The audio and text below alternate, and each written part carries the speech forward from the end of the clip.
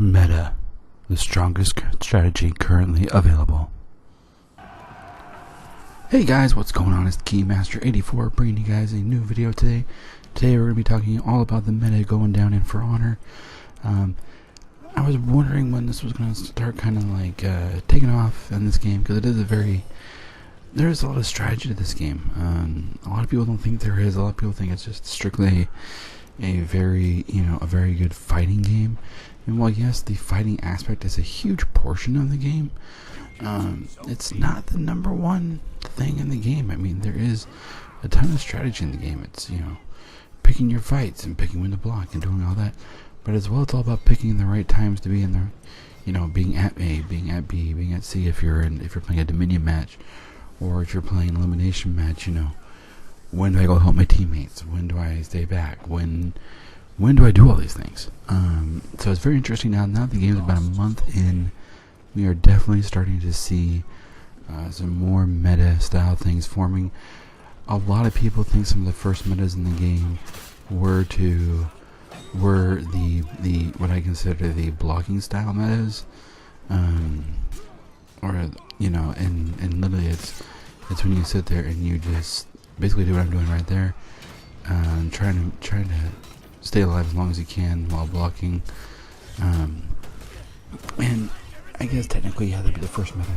I think it more held more into the fact of your duels or your eliminations, things like that, where you can actually be eliminated from the match after one kill, was a much bigger thing. In the higher end 1v1 matches, it is still a huge thing, and literally it's block, wait until your opponent makes a mistake, capitalize, block, wait until your opponent makes a mistake, capitalize. And that is still the current meta in your more high level matches. But when I was first playing Dominion, it was very, alright, go to your spot and hang out at your spot. If your team needs help, then go help your team. But mainly you would stay, if you ran to A right away, you would stay, and you would just stay at A, or you'd stay at B, or you'd stay at C, whichever one you were at, for two reasons. One, so you always have someone playing defense, no one can take it, and two, the longer you stay at a certain plot, the more points you earn from it. A lot of people don't realize that yet, is that even though you're not attacking anyone, you still can gain points for your team by standing on the territory, and it can help out a lot. It can help out a great deal. And that's something that people are just now, now that we're a month in, people are starting to get more into the fine tuning of the game, and so we'll definitely start seeing some more of the action, more of the strategy involved in For Honor, instead of less of the, quote unquote button mashing in For Honor. And it's definitely interesting to see. I would say the current meta in high-end duels and basically 2v2 and 1v1 is who can last longer and capitalize more, and who can do more things. Who can take on more guys, who can do that in the 1v1 and the 2v2. Definitely it's a much simpler quote unquote meta, but it's still something that's progressing. As time goes on and people become more skilled, you'll definitely start getting more different, more interesting metas, more interesting ways to play the game. As far as elimination goes, it is very much the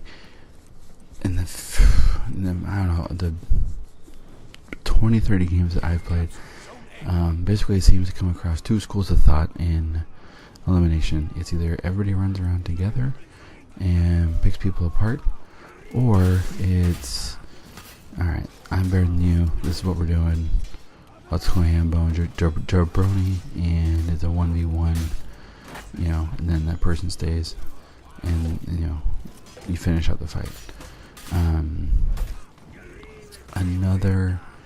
Another thing is, you either run around as your whole team until the game's over, or till that run's over.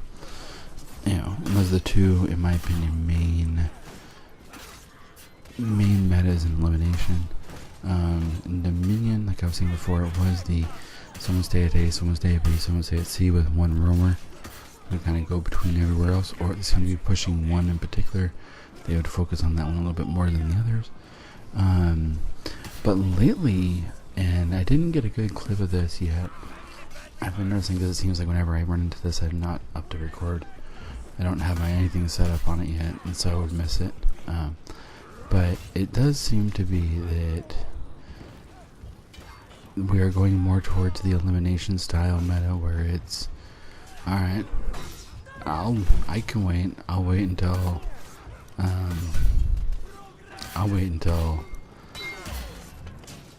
you know, we'll run around as a team and we'll push, we'll get our territories, and we'll just basically run in a big circle, which works great for maps like this map right here, Shard, and a few other maps. But for a majority of the maps, in my opinion, it's just not a good method to run, just because some of the spots are so far apart, it just wouldn't make sense to do them. But the reason I'm not a big fan of the current meta, where in Dominion, where people are playing, where it's everybody runs around as a 4 and we take over each spot individually.